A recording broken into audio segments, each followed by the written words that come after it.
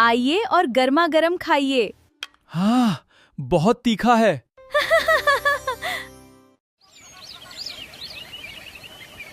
अब लाओ, चाय तो जरूर पियेंगे।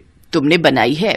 जी मैंने बनाई है, और ये साथ में पकौड़े भी लीजिए प्लीज, ये भी मैंने बनाए हैं। अरे वाह, तब तो जरूर चखेंगे। ये कहानी है आरती की। आरती बहुत सुंदर और संस्कारी लड़की थी। वो अपने माता पिता के साथ गांव में रहती थी। उसके पिता किसान थे जो सब्जियां उगाते थे। उस दिन आरती के लिए उसके घर रिश्ता आया था। सुमन अपने बेटे आकाश का रिश्ता आरती के लिए लाई थी। आरती ने बड़े ही प्यार से सबके लिए चाय और पकौड़े बनाए थे। फिर जैसे ही सुमन ने पकौड़ा चखा, बढ़िया बनाए हैं जी, मेरी बेटी खाना बहुत ही अच्छा बनाती है। उसके हाथ के खाने की सभी लोग तारीफ करते हैं। ये तो बहुत अच्छी बात है बहन जी। अब तो आप झट मंगनी और पट ब्याह की तैयारी करो। कुछ दिनों के बाद ही आकाश और आरती की शादी हो गई। आकाश शहर में चाय पकौड़ों का ठेला लगाता था। वो पकौड़े बेचकर आराम से अपने घर का गुजारा कर लेता था। फिर शादी के 2 दिन बाद क्या हुआ, आप बड़ी जल्दी जग गए? मैं तो रोज इसी समय जग जाता हूँ। सबसे पहले अपना ठेला साफ करता हूँ और फिर पकौड़ों की तैयारी करता हूँ। फिर ठेला लेकर नाश्ते के समय तक बाजार पहुंचना होता है ना। देर हो गई तो ग्राहक निकल जाएंगे अपने अपने काम पर, बिना मेरे ठेले पर नाश्ता किए। बस इसीलिए जल्दी जागना पड़ता है। और वापस कब आते हो आप? ये तो ग्राहकों के ऊपर है। जिस दिन अच्छी बिक्री हो गई उस दिन दोपहर तक आ जाता हूँ, वरना कई दिन तो शाम भी हो जाती है। ठीक है, चलिए मैं आपकी कुछ मदद करा देती हूँ। तुम क्या करोगी? जाओ सो जाओ। नहीं, आप इतना काम अकेले करेंगे और मैं सो जाऊं, ऐसा कैसे हो सकता है? इसके बाद आरती ने सबसे पहले आकाश के साथ उसका ठेला साफ करवाया। अरे वाह, सच में आज तो सारा काम बहुत जल्दी हो गया। कैसे नहीं होगा, बड़े बुजुर्ग कहते हैं ना, एक से भले दो। सही कह रही हो। वैसे आज तो जोश जोश में करा दिया, कल भी कराओगी ना मेरी मदद? हाँ क्यों नहीं, पत्नी हूँ आपकी, हर सुख दुख में हमेशा आपका साथ निभाऊंगी। आरती की बात सुनकर आकाश मुस्कुरा दिया और फिर अपना ठेला लेकर बाजार की तरफ चल दिया। उस दिन आकाश रोज के मुकाबले बहुत जल्दी अपनी जगह पर पहुंच गया था, जिससे हुआ ये कि सुबह सुबह काम पर जाने वाले ज्यादातर लोग उसके ठेले पर आए और उस दिन आकाश की अच्छी खासी बिक्री हुई। फिर वो दोपहर में 1 बजे ही सारे पकौड़े बेचकर घर वापस भी आ गया। अरे आज बहुत जल्दी आ गया बेटा, क्या हुआ, सब ठीक है? ठीक नहीं माँ, सब बहुत ही बढ़िया है। इसके बाद आकाश ने एक सांस में अपनी माँ सुमन को सारी बात बता दी, जिसे सुनकर सुमन भी बहुत खुश हुई। अब तो हर रोज आकाश और आरती सुबह जल्दी उठते और आकाश जल्दी ही अपना ठेला लेकर निकल जाता।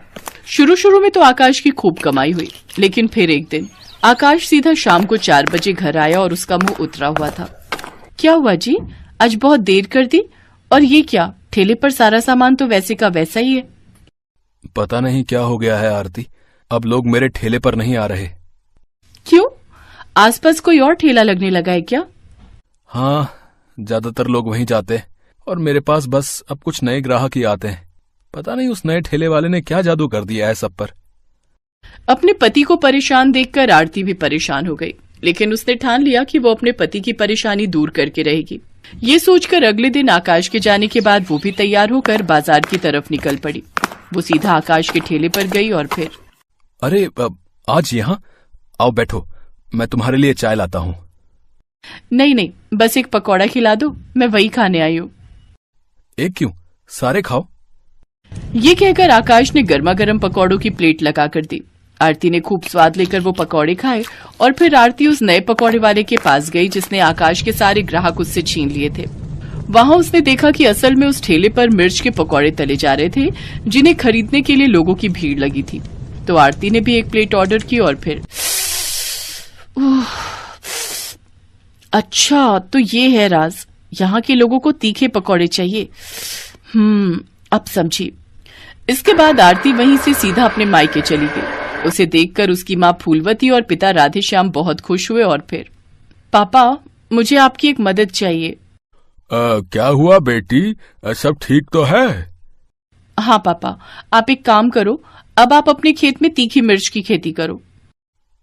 अच्छा, खेती तो मैं कर लूंगा, प्रधान जी से कहकर बीज का इंतजाम भी हो जाएगा, पर इतनी सारी मिर्च खरीदेगा कौन? मैं खरीदूंगी पापा, सारी की सारी, बस मिर्च तीखी होनी चाहिए। इसके बाद आरती वापस लौट आई। ग्राहक कम होने से आकाश की माली हालत खराब होती जा रही थी। फिर ठीक 2 महीने बाद आरती अपने मायके से 2 बोरी भरकर मिर्च अपने ससुराल ले आई और आकाश के ठेले के लिए वो खुद उन तीखी मिर्चों के पकौड़े बनाने लगी। आकाश का काम अब सिर्फ आवाज लगाकर ग्राहकों को बुलाना, आओ आओ खा लो तीखी मिर्ची के पकौड़े, दुनिया के सबसे तीखे पकौड़े, आओ आओ। आकाश की आवाज सुनकर वाकई बहुत सारे ग्राहक उसके ठेले के पास जमा हो गए और फिर देखते ही देखते ठेले पर मौजूद सारे पकौड़े बिक गए। और फिर ठीक 1 साल बाद, आहा भाई, मजा आ जाता है यहाँ के पकौड़े खाकर, वाह वाह वाह वाह, आहा। दुकान पर खड़ा हर ग्राहक यही बात कर रहा था और उधर काउंटर पर, अब तुम संभालो आरती, मैं जरा गांव जाकर मिर्च ले आता हूँ। हाँ, और सुनो, ये 25,000 रुपए लेते जाओ, पापा को दे देना 10 बोरे मिर्च के लिए। वैसे अपने पापा के लिए मुझे लूट तो नहीं रही हो तुम? हाँ, लूट रही हूँ, अब जाओ जल्दी। भगवान करे सबको ऐसी ही लुटेरी पत्नी मिले।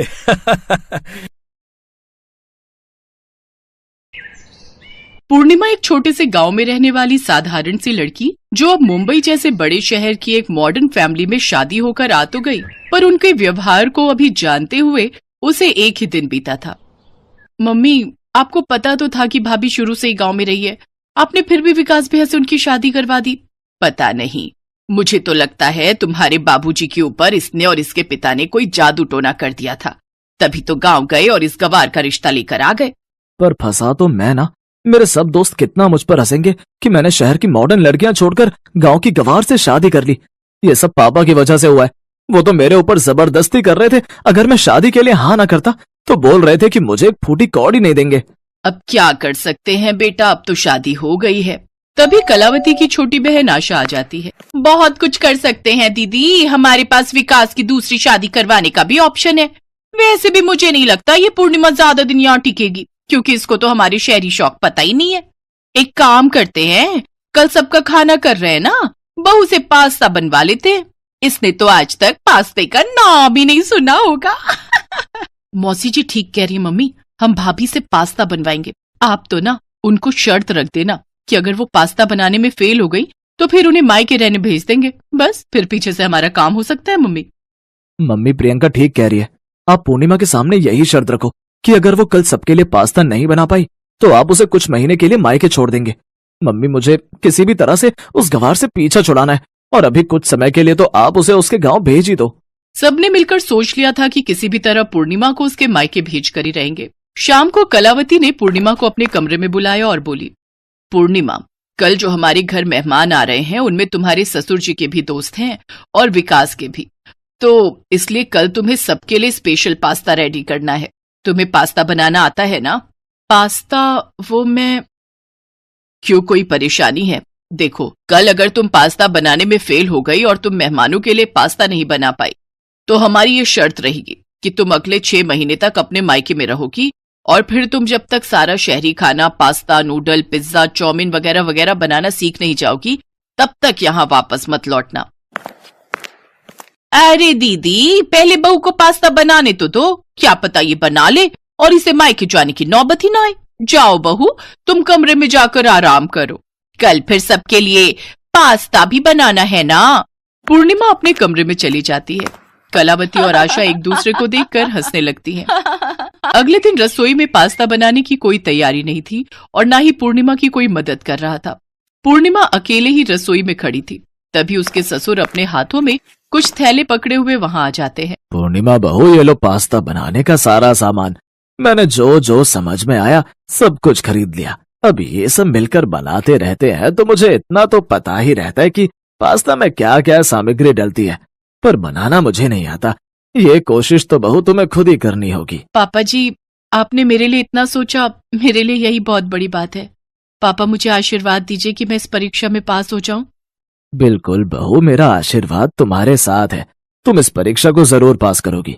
अब समय आ गया है, बहू सबको पता चल जाना चाहिए कि हमारी बहू कौन है। सब लोग हॉल में नई बहू के हाथ का पास्ता खाने का इंतजार कर रहे थे। मम्मी, मैं एक बार किचन में देख कर आती हूँ, भाभी से पास्ता बना भी है या नहीं। वैसे मुझे नहीं लगता कि उन्होंने पास्ता बनाया होगा, वो तो देसी खाना ही बनाना जानती हैं। हाँ हाँ, देख कर आ कि आखिर रसोई में इतनी देर से कर क्या रही है। प्रियंका जैसे ही किचन में जाने लगती है, तभी वो पूर्णिमा को अपने हाथ में पास्ता सजाकर लाते हुए देखती है। पास्ते की खुशबू पूरे घर में फैल रही थी। अरे वाह, बहू पास्ते की खुशबू तो बहुत बढ़िया आ रही है। अब जल्दी जल्दी मेहमानों को सर्व कर दो और मुझे सबसे पहले देना। हाँ जी पापा जी। वैसे मम्मी जी, आपके पास्ते में ऊपर से कुछ स्पाइसेस जैसे चिली फ्लेक्स, ऑरिगेनो वगैरह ज्यादा छिड़कना है या फिर आप अपने टेस्ट के अकॉर्डिंग ले लोगे?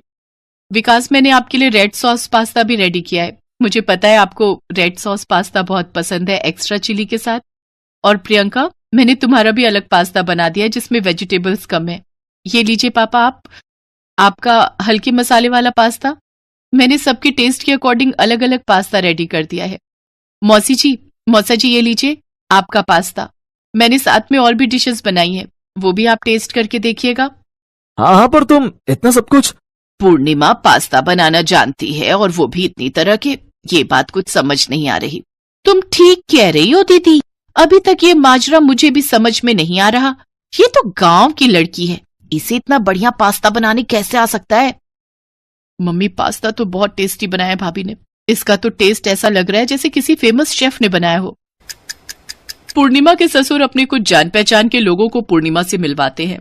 उन्हीं मेहमानों में से एक औरत पूर्णिमा का नाम लेते हुए बोली, शेफ पूर्णिमा, आपकी बहू है best chef of the year का ताज पहनने वाली शेफ पूर्णिमा। मुझे तो सचमुच तुमसे मिलकर बहुत खुशी हो रही है। तुमने जो रेसिपी अपनी साइट पर डाली थी ब्रेड का पिज्जा बनाने वाली, वो मुझे बहुत पसंद आई थी। मैंने उसे ट्राई भी किया, बहुत टेस्टी बना था वो। Thank you aunty. वैसे जब से अभी शादी हुई है तब से तो मैंने अपनी साइट खोल कर ही नहीं देखी, कुछ काम ही नहीं किया उस पर। अब फिर से कंटिन्यू करूंगी। और थैंक यू, आप सबके प्यार से मुझे इतनी प्रेरणा मिलती है कि मैं आगे और भी नई नई रेसिपीज डालती रहूंगी। पूर्णिमा की बातें सब गौर से सुन रहे थे। सब लोग हैरान रह गए कि जिस पूर्णिमा को वो गांव की गंवार समझ रहे थे, वही गांव में पली बढ़ी पूर्णिमा अपने हुनर से बहुत सी कुकिंग प्रतियोगिताएं जीत चुकी थी और शेफ ऑफ द ईयर का अवार्ड भी उसे मिल चुका था। सब लोगों के जाने के बाद पूर्णिमा अपने बारे में बताती है, पापा जी ने ही मुझे मना किया था कि मैं आप सबको अपनी सच्चाई ना बताऊं। आप सबने मुझे प्यार दिया ही नहीं। आप सबने सोचा ये तो गांव की लड़की है, इसे कुछ नहीं आता होगा। पर ऐसा नहीं है मम्मी जी, गांव की लड़कियां भी बहुत पढ़ी लिखी हो सकती हैं, अच्छे मुकाम पर पहुंच सकती हैं। मुझे बस आप सबकी सोच को बदलना था।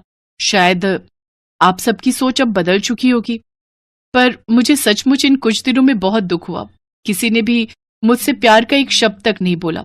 सब मुझसे नफरत ही करते रहे, मुझे इस घर से निकालने की कोशिश करते रहे। मैं अपना घर छोड़कर यहाँ आई आप सबका प्यार पाने के लिए, अपनी पूरी जिंदगी यहाँ बिताने के लिए। पर आप सब तो मुझे यहाँ से निकालने के लिए प्लान कर रहे थे, मैं सब जानती हूँ। अचानक बोलते बोलते पूर्णिमा बहुत तेज रो पड़ी। उसके साथ साथ कलावती, प्रियंका, आशा सब रो पड़ी। विकास को भी अपनी गलती पर बहुत पछतावा था। सब बहुत शर्मिंदा थे कि उन्होंने पूर्णिमा के साथ कितना बुरा व्यवहार किया। सब पूर्णिमा से माफी मांगते हैं। हमें माफ कर दो पूर्णिमा बहू, हम सचमुच बहुत गलत थे। हमने तुम्हारे साथ बहुत गलत किया। आई एम सॉरी भाभी।